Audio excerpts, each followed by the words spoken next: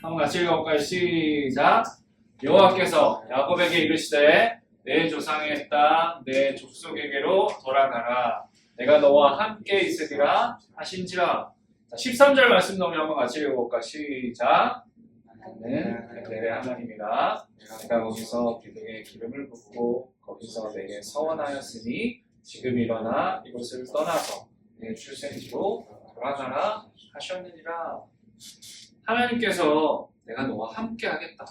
그러니 다시 네가 떠나온 그 자리로 돌아가라 라고 말씀하시는 걸 볼 수가 있어요. 근데 여러분, 오늘 이제 이 돌아가는 그 여정이 이제 32장에서 쭉 등장을 하고 있는데 그 가운데서 일어난 사건들을 오늘 우리가 좀 살펴보려고 합니다. 이 야곱은 그 외삼촌 라반 몰래 도망쳐요. 이 라반이 또 어떻게 자기를 대할지 이제 뭐 뻔히 예상이 가는 거죠. 그래서 몰래 도망갑니다. 얼마나 치밀하게 도망갔는지 3일이 지나서야 라반이 이 야곱이 도주했다는 사실을 깨달아요. 아마 그 야곱의 재산이 엄청 컸다라고 했죠. 그리고 그 가족도 지금 대가족이에요. 그런데 3일이 지나서야 이제 없어졌다는 걸 알아요. 이 야곱이 얼마나 주도 면밀한 사람인지를 우리는 알 수가 있어요. 그런데 이 라반도 대단한 사람이에요. 이 야곱, 도망친 야곱을 잡기 위해서 7일 길을 쫓아가는 이 라반의 모습이 성경에 등장을 합니다. 그렇게 7일 길을 쫓아가서 이제 목전에 두고 이제 잠이 들었는데 그날 저녁 라반에게 하나님이 꿈으로 나타나시는 거죠. 그래서 야곱에게 야곱 손대지 마라 경고하시는 거죠. 너 야곱 손대지 마라. 큰일 난다. 그죠?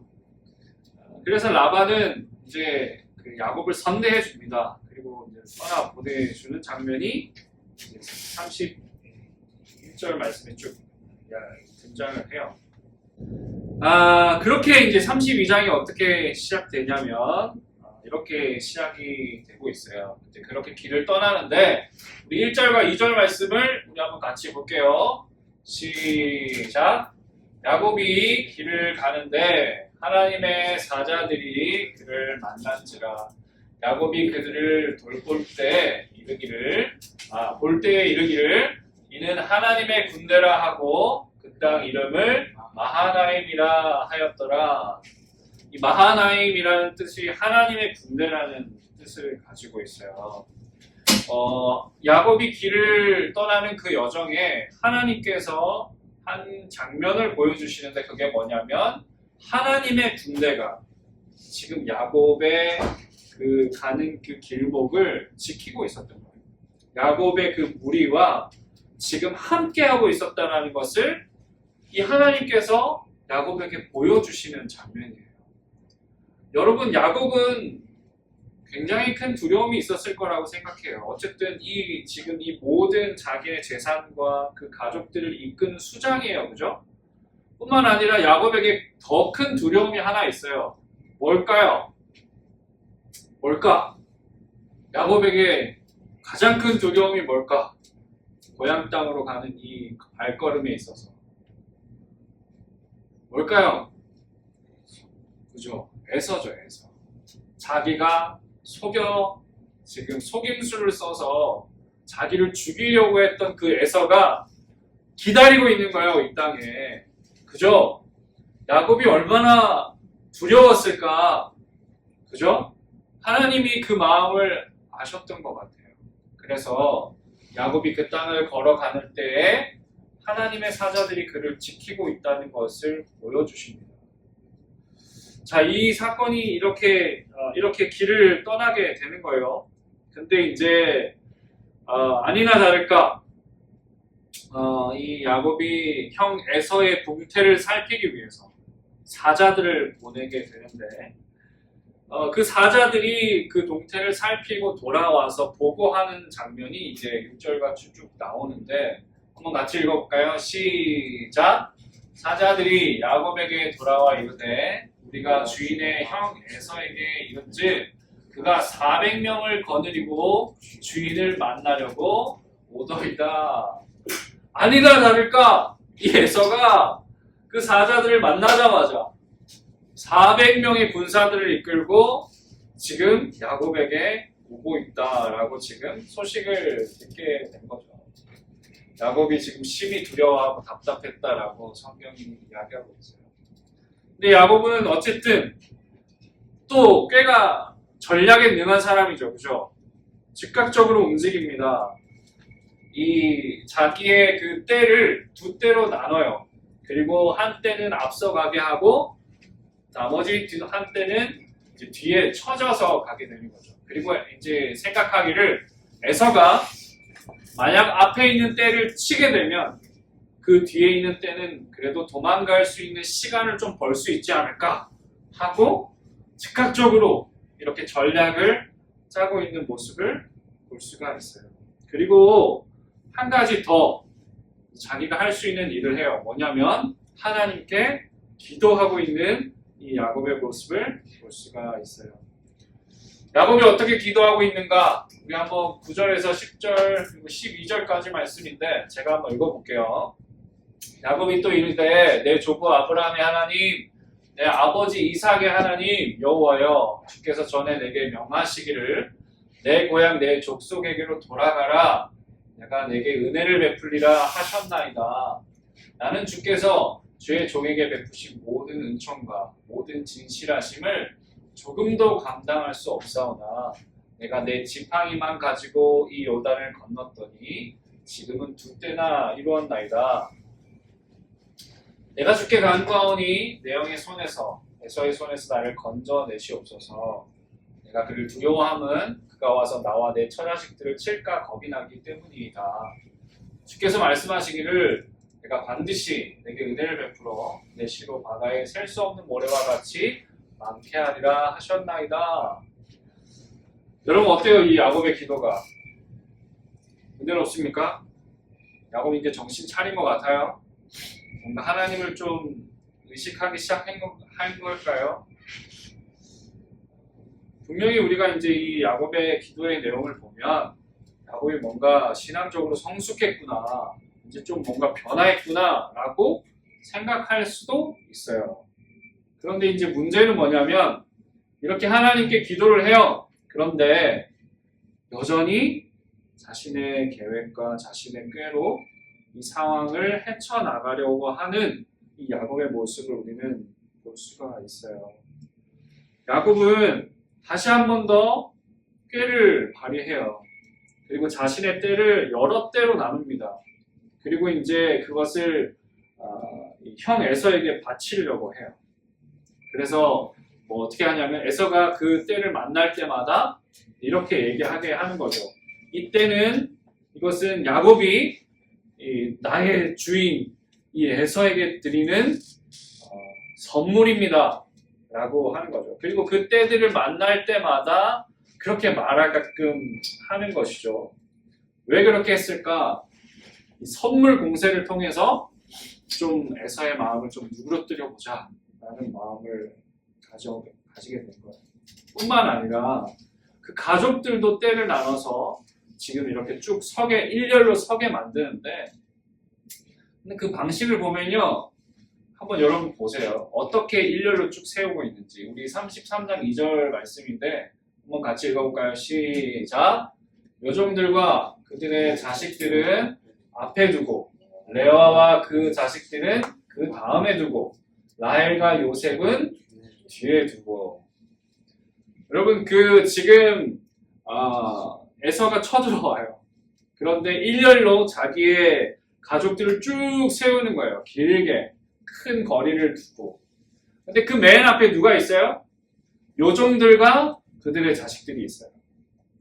그 다음에는 레아와 그 자식들이 있죠.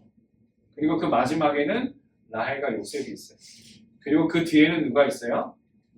야곱 자기가 있어요. 여러분 이게 무슨 의미예요? 이게 무슨 전략입니까?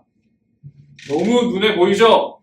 만약 에서가 화가 나서 선물을 다 받고도 마음이 안 풀리지가 않아. 저놈 죽여야겠다 라고 달려들면 요종과 그들의 자식들이 맨 먼저 죽고, 그렇게 해서 우린 도망가자. 근데 만약에 그것도 안 돼서 또 에서가 쫓아오면 레아와 그 자식들을 죽이고, 그죠? 그렇게 해서 자기가 제일 사랑하는 라헬과 요셉이 그나마 살면 좋고, 그리고 자기 이렇게 도망갈 시간을 벌겠다라는 이 야곱의 전략이었어요. 여러분, 야곱은 하나님께 기도했어요. 그런데 그의 삶은, 그의 방식은 여전히 그대로였던 것을 우리는 볼 수가 있어요. 왜 이럴까요? 왜 이런 일이 벌어질까요? 왜 이렇게 은혜롭게 기도해놓고 왜 이렇게 야곱은 살아가고 있는 걸까요? 여러분, 우리도 신앙생활을 그렇게 할 수 있어요. 하나님이라는 분이 어떤 분인지는 알아요. 그래서 예배도 드려요. 성경 공부도 해요. 찬양도 합니다. 그런데 그 하나님이 내 삶의 주인으로는 모셔지지 않는 거예요. 그분은 여전히 내 삶을 도우시는 분이시긴 하지만 내 삶을 다스리고 내가 그 말씀에 순종해야 할 분은 아니신 거예요. 그러니까 예배는 드려요. 기도는 해요. 주일날 와서 봉사하고 섬겨요. 성경 공부도 해요. 그런데 내 삶으로 돌아가면 똑같은 방식으로 말하고 똑같은 방식으로 생각하고 똑같은 태도로 그렇게 사람들을 대하고 똑같은 태도로 내 정욕과 또 내 욕심과 내가 하고 싶은 대로 살아가요. 왜냐하면 그분이 내 삶의 주인으로 계시지 않기 때문이에요. 그분이 내 삶의 진정한 주인 되시는 하나님으로 계시지 않기 때문이에요. 그저 나를 도우시는 분 정도로만 여기고 하나님을 섬기고 있는 거죠. 그죠? 야곱이 그랬어요. 하나님을 도구로만 여겼지 자신의 삶을 실질적으로 다스리는 분으로 여기지는 않았다라는 거예요. 자, 그렇게 모든 자기의 재산들, 가족들을 맨 앞에다가 방패막이처럼 세우고 놓고 자기는 맨 뒤에 남아서 그렇게 나름대로의 이제 좀 된 것 같다. 뭐 이 정도면 그래도 뭐 살 수 있지 않을까 하고 있었던 그 야곱에게 무슨 일이 일어나냐면 야곱은 이제 홀로 남게 돼요. 그런 야곱에게 어떤 사람이 등장을 하여 그리고 야곱과 함께 씨름을 합니다. 씨름. 이게 갑자기 무슨 일이냐? 이 어떤 사람이라는 존재가 나중에 보면 하나님이시라는 걸 알게 돼요. 하나님께서 인간의 몸을 입고 찾아오신 거예요, 야곱에게. 그리고 씨름을 시작하시는 거예요. 여러분, 왜 이런 씨름이 있었을까요? 왜 이렇게 씨름하기를 원하셨을까요? 하나님은 계속해서 자기 자신을 의지하지 않고 자신의 꾀를 의지하고 있고 비겁하게 행동하고 있고 아주 치사한 방법으로 계속해서 남을 도구로서 여기는 마치 그 레아와 라헬이 자기 애들을 낳기 위해서 야곱을 도구처럼 여겼듯이 이제는 자기의 생존을 위해서 자기의 가족들과 종들과 재산을 도구처럼 사용하고 있는 뭔가 정말 하나님께서 너는 복된 존재가 될 거야 라고 말했지만 그의 인생은 여전히 뭔가 복된 존재라고 말하기에는 부족함이 많았던 그의 인생을 제발 좀 바뀌기를 바라는 마음으로 하나님께서 야곱에게 찾아오셨던 거예요. 그리고 야곱과 함께 씨름을 시작하는 거예요. 제발 그러지 말라고. 그 인생을 제발 좀 멈추라고. 제발 그렇게 살아가지 말라고. 그 방식 제발 좀 버리라고 하나님이 찾아오셔서 그의 인생과 함께 씨름을 하는 거죠. 여러분, 하나님께서 왜 이렇게 찾아오셔야만 했나?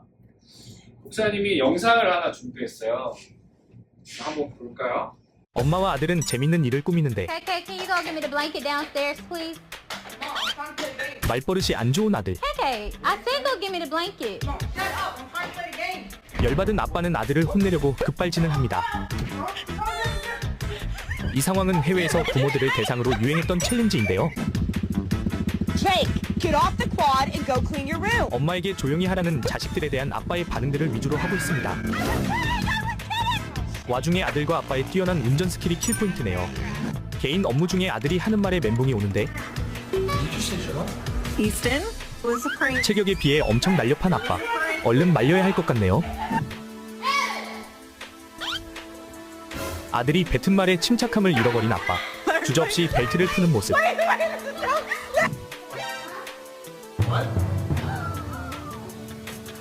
군인 아버지는 정말 무서울 것 같습니다. It's a joke. It's a joke. It's a joke. 아빠 앞에서 엄마한테 닥치라고 했다가 진짜 실려갈 뻔했습니다. Hey, Bunny, could you go take out the trash, please? Shut up, Mama. Dad, we're just joking. It's just a prank. It's just a prank. joke. 우리 인간 아빠들도 아들에게 씨름을 겁니다. 그죠? 무섭게 갑니다. 그죠? 이 씨름을 걸러가는 아빠들의 모습이잖아요. 왜 그렇게 갈까요? 그렇게 행동하면 안 된다는 걸 알려주기 위해서죠. 그렇게 부모님을 대하는 너의 방식, 그리고 세상을 그렇게 살아가는 방식, 그런 어떤 반응의 방식들이 잘못됐다라는 거. 그 반응대로 살아가면 네 인생이 망한다는 걸 아는 거죠. 그래서 아빠들이 씨름하러 가는 거죠. 아들과 함께. 그죠? 이렇게 무서운 표정. 달려가는 거죠. 너 임마 그렇게 살면 큰일 나. 너 그 인생의 방식 버려야 돼. 그죠? 오늘 하나님도 마찬가지예요. 야곱을 너무 사랑하셨어요.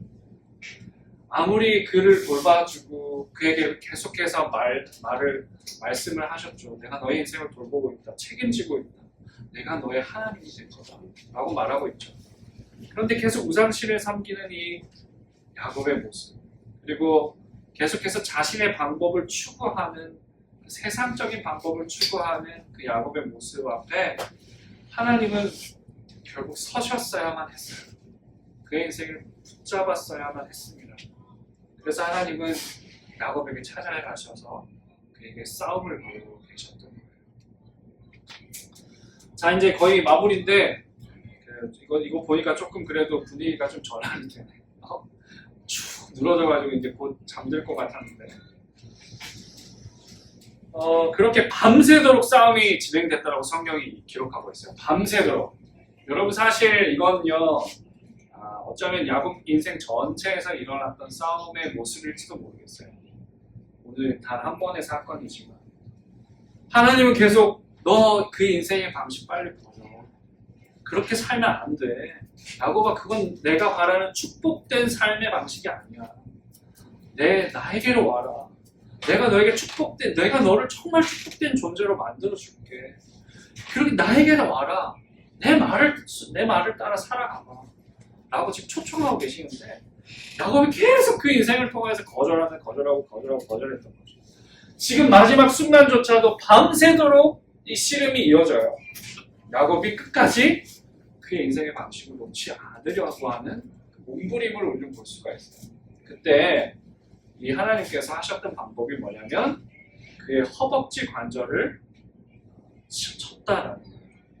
환도뼈라는 것이 이 허벅지와 그리고 골반을 이어주는 이 뼈 부분이라고 해요. 그 부분을 쳤어요. 그리고 이것이 완전히 이렇게 고장나게끔 하나님이 하셨던 것이죠. 여러분, 사실 이렇게 했던 이 이유가 있어요. 여러분. 사실 지금 야곱이 맨 뒤에 서 있었던 이유는 뭐예요? 에서가 자기를 치러 오면 언제든 도망가겠다. 그 모든 재산과 자기 자식들을 가지고 희생해서라도 살아야겠다라고 했던 거죠. 그런데 지금 이 환도뼈라는 것이 이게 사람이 온전히 서 있을 수 있도록 도와주는 뼈래요. 근데 이것이 지금 고장난 거죠. 서 있을 수조차 없는 거예요. 제대로. 그런데 도망갈 수 있겠어요? 없겠어요? 오히려 자기 자식들 자기 제자들이 다 도망갈 때 아마 혼자서 쩔뚝거리면서 에서를 만나야 됐을 것 같아요. 하나님은 자신의 그 마지막 방법을까지도 생각하고 있는 그 방법까지도 완전히 제거해버리죠. 하나님이 아닌 내 방법대로 살려고 했던 그 마지막 수단까지 하나님이 지금 제거해 버리시는 모습을 볼 수가 있는 거예요. 그렇게 아무것도 할 수 없게 된 그 야곱. 근데 하나님이 어떻게 하시냐면 내가 졌다. 난 이제 간다. 라고 얘기하시는 거예요. 내가 졌다. 난 이제 갈게. 라고 얘기하시는 거예요. 야곱은 어떻죠? 지금 완전히 이제 뭐 망가졌죠. 방법이 없어요. 자기 죽게 됐다고 생각했을 것 같아요. 그런 이 야곱에게 유일한 소망이 있다면 누구예요? 하나님이시죠. 근데 하나님이 지금 간대요. 그러니까 야곱이 이제 하나님을 붙드는 거죠. 하나님을 붙들어요. 평생을 다른 것들을 붙들며 살았던 그 야곱이 진실한 마음으로 이제는 정말 하나님밖에 없습니다 라는 그 마음으로 하나님을 붙들어요. 그리고 하나님께서 나에게 축복해 주시 아니하면 나는 어디든 가지 않겠습니다 라고 하나님을 붙들고 싸우기 시작합니다. 그때 하나님께서 야곱에게 질문하시죠. 내 이름이 뭐냐? 라고 질문을 해요. 여러분 사실 이 질문은 예전에 있었던 질문과 똑같아요. 아버지 이삭이 야곱에게 했던 질문이에요. 내가 누구냐? 했을 때 야곱은 에서입니다. 아버지의 맏아들 에서입니다. 라고 했죠. 그리고 그때부터 그의 인생이 이제 시작되기 시작했죠. 그죠? 근데 이제 하나님께서 그에게 다시금 물어봐요. 하나님이 야곱의 이름을 모르셨을까? 아니죠. 야곱의 이름을 너무나도 잘 알았죠. 그런데 다시금 물으시는 거예요. 이때 야곱이 이제 대답해요. 야곱입니다. 여러분 자기의 이름을 단지 알려주기 위한 이 대답이 아니었을 것 같아요. 자기는 야곱 붙잡는 자, 정말 야곱처럼 살아왔습니다 라고 고백하는 그 고백이 지금 이 한마디에 담겨져 있는 거예요. 나는 야곱입니다. 내 인생은 야곱이라는 이름과 같았습니다. 나는 늘 하나님이 아닌 다른 것들을 붙들려고 쟁취하려고 살아왔습니다. 그런데 하나님, 나는 실패했습니다. 그 고백이 나는 야곱입니다. 라는 이 고백 위에 있는 것이죠. 그런 이 자기 고백 앞에 하나님께서 그의 이름을 바꿔주시는 일이 있어요. 우리 28절 말씀을 한번 같이 읽어봅시다. 시작! 그가 이르되 내 이름을 다시는 야곱이라 부를 것이 아니요 이스라엘이라 부를 것이니 이는 내가 하나님과 및 사람들과 겨루어 이겼음이니라. 하나님께서 야곱의 이름을 이스라엘이라고 바꿔주십니다. 넌 이제 야곱과 같이 살았지. 그런데 그 야곱과 같이 살았던 삶의 끝이 실패였음을 네가 깨달았지. 이제는 이렇게 살아. 이스라엘로 살아. 이 이스라엘이라는 뜻은 하나님과 겨루어 이겼다라는 뜻도 있고 또한 또 하나님이 싸워주신다. 하나님이 이겨주신다라는 뜻도 있는 이 중의적인 표현이에요. 여러분 이 뜻 가운데 하나님께서 야곱에게 원하셨던 그 삶의 방식은 무엇이었냐면 두 가지 정도로 생각해 볼 수 있을 것 같아요. 첫 번째는 야곱아 더 이상 너의 삶의 인정을 위해서 축복받기 위해서 이것 붙들고 저것 붙드는 인생이 되지 마라. 이것과 씨름하고 저것과 씨름하는 인생이 되지 마라. 하나님과 씨름하는 인생이 되라 라는 것이 이 이스라엘의 이름의 뜻이에요. 더 이상 다른 것들 붙들고 다른 것들 바라보고 다른 것들과 씨름하는 인생이 아니라 하나님과 씨름하면서 평생을 살아가는 그런 존재예요. 너희가 억울하고 힘들고 좌절되는 순간마다 다른 것 붙들지 말고 하나님 붙드는 인생 되라고 지금 이야기하고 계시는 거예요. 뿐만 아니라 너의 삶에 있어서 진정한 승리를 가져다 주시는 분이 있으니 그분이 바로 하나님이다라는 뜻을 말씀해 주십니다. 세상적인 승리에 취하려고 하지 마라. 그것 쫓지 말라. 하나님과 씨름하고 그로 하나님으로부터는 승리를 경험하는 너의 인생이 되어라. 그것이 이 이스라엘이라는 이름의 의미입니다. 오늘 여러분에게도 하나님께서 이 이름을 주시기를 원하십니다. 우리를 성도로 하나님의 자녀로 부르시는 그 이유 안에 너희가 이제 세상 것들을 의지하지 말고 하나님 바로 또 하나님 안에서 승리를 경험하는 여러분 되라고 여러분들 우리를 부리고 계신다는 거예요. 이제 이 야곱은 더 이상 야곱이 아니라 이스라엘로 그 삶을 살아가는 것을 우리는 볼 수가 있습니다. 말씀 마무리할게요.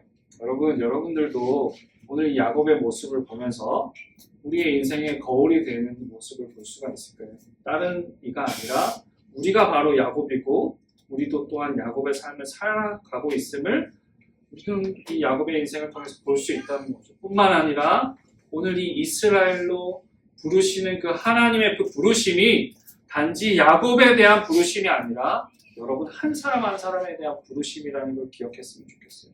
그래서 매 순간마다 삶의 순간마다 나는 이스라엘이야. 하나님과 겨루는 자 그리고 하나님과 싸워 이기는 자 나의 인생에 있어서 하나님이 나를 위해서 싸우신다라는 그 믿음 가지고 살아가는 그런 여러분 되시기를 간절히 축원합니다.